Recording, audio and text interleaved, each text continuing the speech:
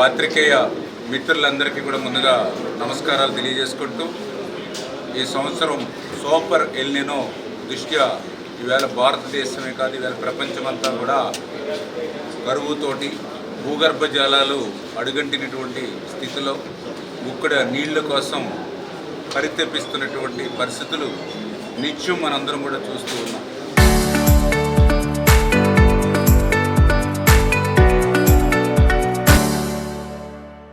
అటువంటి స్థితిలో ఈరోజు పర్టికులర్గా తెలుగుదేశం, జనసేన, బీజేపీ కూటమి ప్రభుత్వం యొక్క ముందు చూపుతోటి వాటర్ మేనేజ్మెంట్ ద్వారా గోదావరి డెల్టాకు సంబంధించి 10,60,000 ఎకరాలకి కూడా ఈరోజు సాగునీరు, త్రాగునీరు కూడా గోదావరి డెల్టాకి ఈరోజు అందజేస్తూ ఉన్నాం. అందులో భాగంగా ఏదైతే ఈ యొక్క ఈస్ట్ కెనాల్కి సంబంధించి మరి పిఠాపురం, అదేవిధంగా మరి పెద్దాపురం, ప్రత్తిపాడు, కాకినాడ రూరల్ సంబంధించినటువంటి టైలాండ్ ప్రాంతం మీద కూడా ప్రత్యేకమైనటువంటి దృష్టి పెట్టి ఆఖరి ఎకరం వరకు కూడా సాగునీరు తీసుకెళ్లాలనేటువంటి విధంగా మరి ఈ యొక్క ఇక్కడ శాసనసభ్యులు, అదేవిధంగా గౌరవ ఉప ముఖ్యమంత్రి వర్యులు పవన్ కళ్యాణ్ గారు, అదేవిధంగా చంద్రబాబు నాయుడు గారు ఇచ్చినటువంటి ఆదేశాల ప్రకారం కూడా మేము కూడా ఇప్పుడే ఏదైతే ఈ యొక్క కెనాల్ సిస్టమ్ని ఎక్కడికక్కడ ఇన్స్పెక్షన్ చేసుకుంటూ ఈరోజు ఇరిగేషన్ అధికారులతోటి, రెవెన్యూ అధికారులతోటి కలిసి ఈరోజు ఇక్కడ ఒక రివ్యూ కూడా తీసుకోవడం జరిగింది. అందులో భాగంగానే ఏదైతే ఈ యొక్క మెయిన్గా ఈ యొక్క ఈస్టర్న్ కెనాల్ నుంచి నీరు ఈ ప్రాంతానికి వచ్చేటువంటి సామర్లకోట 48 కిలోమీటర్ల కెనాల్ ఏదైతే ఉందో దాన్ని పూర్తిగా 10 రూపాయలు ఖర్చు ఎక్కువైనా పర్లేదు ప్రక్షాళన చేయమని చెప్పేసి ఒక ఆదేశాలు ఇవ్వడం జరిగింది. ఆ యొక్క సామర్లకోట కెనాల్ దగ్గర నుంచి PBC Pithapuram branch canal up to 35 kilometres వరకు ఏదైతే ఉందో ఈ 35 కిలోమీటర్లు కూడా అక్కడ అవసరాన్ని బట్టి వీడ్ రిమూవల్, అదేవిధంగా డీసిల్టింగ్ అవసరమైన చోట్ల కొన్ని చోట్ల కర్రనాచు ఉందని చెప్పడం జరిగింది. వీటన్నిటినీ కూడా రిమూవ్ చేయండి, ఇమ్మీడియట్లీ ఎస్టిమేషన్లు వేసుకోండి, విత్-ఇన్ 3 డేస్లో ఎస్టిమేషన్లు వేసుకుని అది అడ్మినిస్ట్రేషన్ శాంక్షన్కి పంపించండి. ఈ లోపలనే మేము ఆర్డర్స్ ఇచ్చి ముందు పని మొదలు పెట్టించి తర్వాత అవసరమైతే క్యాబినెట్లో అయినా రాటిఫికేషన్ చేసుకుంటాం, కానీ పనులు మాత్రం నిలపడానికి అవకాశం లేదు, ఖచ్చితంగా ఇమ్మీడియట్లీ స్టార్ట్ చేయమని చెప్పేసి కూడా ఈ పీబీసీ కెనాల్ అంతా కూడా చేయడం జరిగింది. అంటే ఈ రకంగా ఏదైతే ఈ పీబీసీ కెనాలు, అదేవిధంగా పైన ఉన్నటువంటి ఈస్టర్న్ కెనాల్ ఇచ్చేటువంటి కెనాల్లు ఈ రెండు కూడా ప్రక్షాళన చేసుకోవడం ద్వారా దగ్గర 32,000 ఎకరాలు ఏదైతే ఈ పీబీసీ కెనాల్ ద్వారా వచ్చినటువంటి అంతటినీ కూడా నీరు ఇచ్చేటువంటి విధంగా ఒక ప్రణాళిక మేము ఈరోజు వేసుకోవడం జరిగిందని చెప్పి తెలియజేసుకుంటూ, ఇందులో భాగంగానే కొన్ని డ్రైన్స్ కూడా ఉన్నాయి.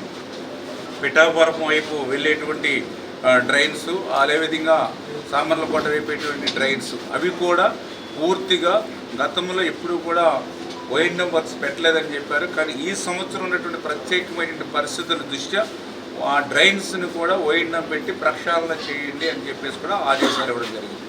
ఈ రకంగా ఇటు డ్రైన్స్, అదేవిధంగా పీబీసీ కెనాల్ ద్వారా 32,000 ఎకరాలు ఏదైతే ఇక పిఠాపురం పరిసర ప్రాంతాల్లో ఉందో దానికి పూర్తి స్థాయిలో సాగునీరు, త్రాగునీరు ఇచ్చే విధంగా ఈరోజు ఒక రివ్యూ తీసుకోవడం జరిగిందని చెప్పి తెలియజేసుకుంటూ, రెండవది ప్రధానంగా ఏలేరు రిజర్వాయర్ ఏదైతే ఉందో ఆ ఏలేరు రిజర్వాయర్కి సంబంధించినటువంటి 53,000 ఎకరాలు మరి టోటల్గా 3-4 కాన్స్టిట్యున్సీల్లో మిళితమై ఉందో అందులో పర్టికులర్గా ఈ సంవత్సరం సూపర్ ఎల్నినో దృష్ట్యా మరి ఆ యొక్క రిజర్వాయర్ కింద సాగునీరు ఇవ్వడానికి ప్రస్తుతం ఉన్నటువంటి పరిస్థితులు సహకరిస్తున్నటువంటి స్థితి లేదు. ఎందుకంటే ఏలేరు రిజర్వాయర్ అనేది కెపాసిటీ 24 టీఎంసీల కెపాసిటీ అవుతే మొన్న రబీకి వాడుకుని డ్రింకింగ్ వాటర్ వాడుకోవడం ద్వారా ఇప్పుడు ప్రజెంట్ 8 టీఎంసీల నీరు ఉంది. ఆ 8 టీఎంసీల నీరులో 6 టీఎంసీలు డెడ్ స్టోరేజీ, అది వాడుకోవడానికి ఉండదు. పైన ఉన్నటువంటి 2 టీఎంసీలు ఉంది. కానీ మనకి విశాఖపట్నం డ్రింకింగ్ వాటర్ స్టీల్ ప్లాంట్కి వాళ్ళకే 5 టీఎంసీలు ఇవ్వాలి, మన దగ్గర ఉన్నది 2 టీఎంసీలు మాత్రం. డ్రింకింగ్ వాటర్కి హై ప్రయారిటీ, అంచేత అక్కడే లోటు కనిపిస్తూ ఉన్నటువంటి పరిస్థితి. దీనికి ఆల్టర్నేటివ్గా ఆ రోజు చంద్రబాబు నాయుడు గారు ఒక ముందు చూపుతో ఆ రోజు పురుషోత్తపట్నం ఎత్తిపోతల పథకాన్ని ఆయన ప్రారంభించాడు కాబట్టి ఈరోజు ఆ పురుషోత్తపట్నం నుంచి 3,500 క్యూసెక్కులు తీసుకునే అవకాశం ఉంది.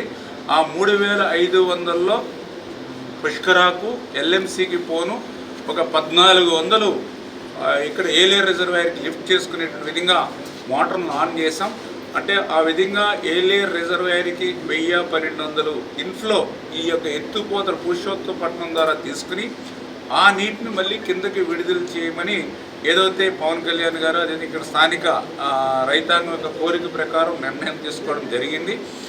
రేపు కూడా ఇరిగేషన్ సంబంధించిన వాళ్ళు కూడా రేపు కూడా లెఫ్ట్ మెయిన్ కెనాల్ కూడా రివ్యూ తీసుకుని ఎల్ఎంసీలో ఒక సెకండ్ ఆల్టర్నేటివ్ అంటే ఏవైనా ఉన్నాయేమని పరిశీలన చేసి, ఎందుకంటే ఏలేరు రిజర్వాయర్తో పాటుగా ఈ అవకాశం ఉంటే ఈ ఎల్ఎంసీ ఆఫ్టెక్ నుంచి కూడా ఇక్కడికి కిందకి వాటర్ ఇవ్వడానికి ఒక 700 క్యూసెక్కుల దాకా ఉందని ఏదైతే అవకాశం ఉందని డిజైన్స్లో ఉందో దాన్ని కూడా మేము పరిశీలించి అవసరమైతే ఏలేరు రిజర్వాయర్లో ఆ 1,200-1,400 లిఫ్ట్ చేసుకుని అక్కడ కొంత స్టోర్ చేసుకుంటూ ఈ ఎల్ఎంసీ ద్వారా ఈ ఏలేరు రిజర్వాయర్కి ఇవ్వడానికి ఎంతవరకు అవకాశం ఉన్నాయి అవి కూడా మేము పరిశీలన చేసుకుని, ఎందుకంటే ప్రతి పాయింట్ని పిన్ టు పిన్ డెప్త్ వరకు మైక్రో లెవెల్ వరకు చూసుకుని ఆఖరి రైతు వరకు ఆఖరి ఎకరం వరకు, ఎందుకంటే పవన్ కళ్యాణ్ గారు ఒక నిర్ణయం తీసుకున్నారు.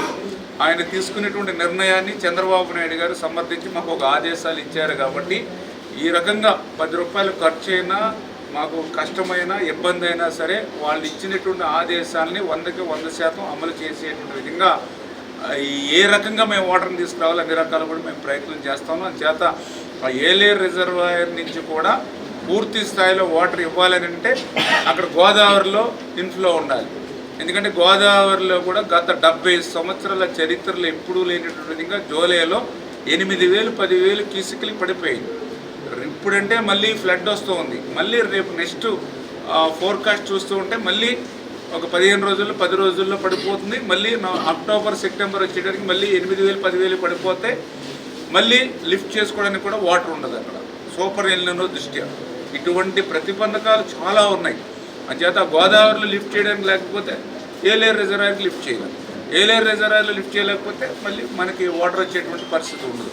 అంచేత ఇటువంటి ప్రతిబంధకాలు ఎన్నో ఉన్నప్పటికీ కూడా ఉన్నంతలో ఈ కెనాల్స్ డ్రైన్స్ అన్నీ కూడా ట్రిమ్ చేసుకుని అడ్డంకుల్ని హద్దిల్స్ని అన్నింటినీ తొలగించుకుని ఒక చుక్క నీరున్నా సరే ఆ చుక్క నీరుని భద్రంగా రైతు దగ్గరికి తీసుకురావాలనేటువంటి ప్రయత్నమే మేమందరం కూడా చేస్తూ ఉన్నామని చెప్పి తెలియజేసుకుంటూ, దీనికి సంబంధించినటువంటి ఎవరైతే రైతాంగం ఉన్నారో వాళ్ళు కూడా కొంచెం క్రమశిక్షణ తోటి సహకరించాలి. మన పిఠాపురం నియోజకవర్గమే కాకుండా నియోజకవర్గానికి మొదట 1000 క్యూసెక్కులు వదిలి ఈరోజు ప్రతి ఎకరాన్ని తడపడానికి ముందుకు వచ్చినటువంటి మీకు ప్రత్యేక పిఠాపురం రైతాంగం తరపున ప్రత్యేకించి మీకు నమస్కారాలు తెలియజేసుకుంటూ, మరి పంట చేతికి వచ్చే వరకు కూడా మీరు రైతుని కాపాడి సరైన సమయంలో నీరు అందించాలని మిమ్మల్ని అభ్యర్థిస్తూ, మరి ఇక్కడ ఉప ముఖ్యమంత్రి పవన్ కళ్యాణ్ గారు ఉన్నటువంటి నియోజకవర్గం ఎన్నో ఆశలు పెట్టారు. ఇప్పటికే పవన్ కళ్యాణ్ గారు అనేకటువంటి అభివృద్ధి కార్యక్రమాలు చేయడం జరిగింది. కొన్ని వేల కోట్లు తెచ్చి ఈ రోజు పిఠాపురంలో అభివృద్ధి చెందుతా ఉంది. మరి ఇటువంటి పరిస్థితుల్లో ప్రతిపక్ష వారికి ఎక్కడా మాట్లాడేటువంటి పరిస్థితి లేదు. ఒక అవినీతి లేని నాయకుడు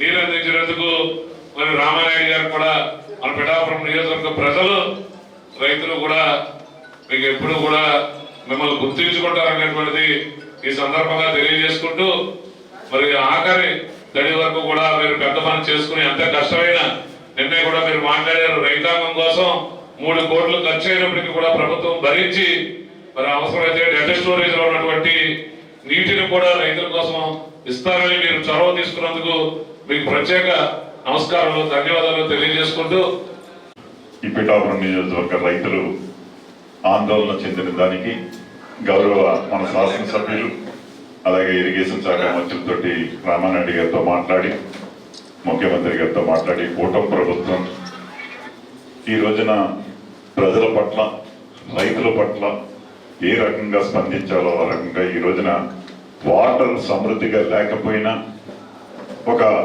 ప్రత్యేక శ్రద్ధ పెట్టి మంత్రివర్యులు కావచ్చు, మన శాసనసభ్యులు కావచ్చు, ఏదైతే రైతుల ఆందోళన మీరు ఎవరు చెందొద్దు, దానికి మేము ప్రత్యేకంగా దీని మీద దృష్టి పెట్టి చేస్తామని చెప్పి వారు ఇరువురు కలిపి ఈ రోజున మన నియోజకవర్గంలోనే కాదు, ఈ 3 నియోజకవర్గాలకి కూడా జగ్గంపేట, పెద్దాపురం వీటన్నిటికీ కూడా ఈ రోజున 53,000 ఎకరాలకి కూడా నీరిచ్చే కార్యక్రమం వారి భుజస్కంధాల మీద వేసుకుని ఈ రోజున మన రైతాంగాన్ని అందరికీ కూడా అండగా నిలిచినటువంటి రామానాయుడు గారికి మరొకసారి మా పిల్లల రైతుల తరఫున ప్రత్యేక అభినందనలు తెలియజేస్తా ఉన్నాం.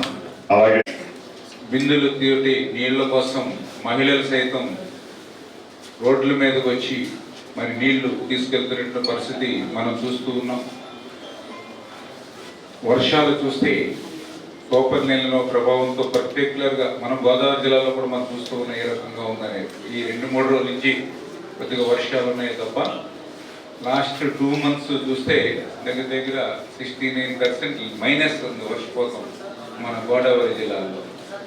ఇటువంటి పరిస్థితులు ఉన్నటువంటి దృష్ట్యా గౌరవ ఉప ముఖ్యమంత్రి వర్యులు పవన్ కళ్యాణ్ గారు పిఠాపురం కాన్స్టిట్యున్సీ సంబంధించినటువంటి ఏదైతే ఏలేరు రిజర్వాయర్ కానీ అదేవిధంగా గోదావరి డెల్టాలో ఉన్నటువంటి పిఠాపురం బ్రాంచ్ కెనాల్కి సంబంధించినటువంటి ఆయకట్టుకి రైతాంగానికి బాసటగా ఉండాలని ఆయన ఒక నిర్ణయం ఏదైతే తీసుకున్నారో ఆ పవన్ కళ్యాణ్ గారు తీసుకున్న నిర్ణయాన్ని అమలు చేయవలసిన బాధ్యతగా ఒక ఇరిగేషన్ శాఖ మంత్రిగా చంద్రబాబు నాయుడు గారి యొక్క ఆదేశాల ప్రకారం మేము కూడా తీసుకుని దానికి కసరత్తు చేస్తూ ఉన్నాం.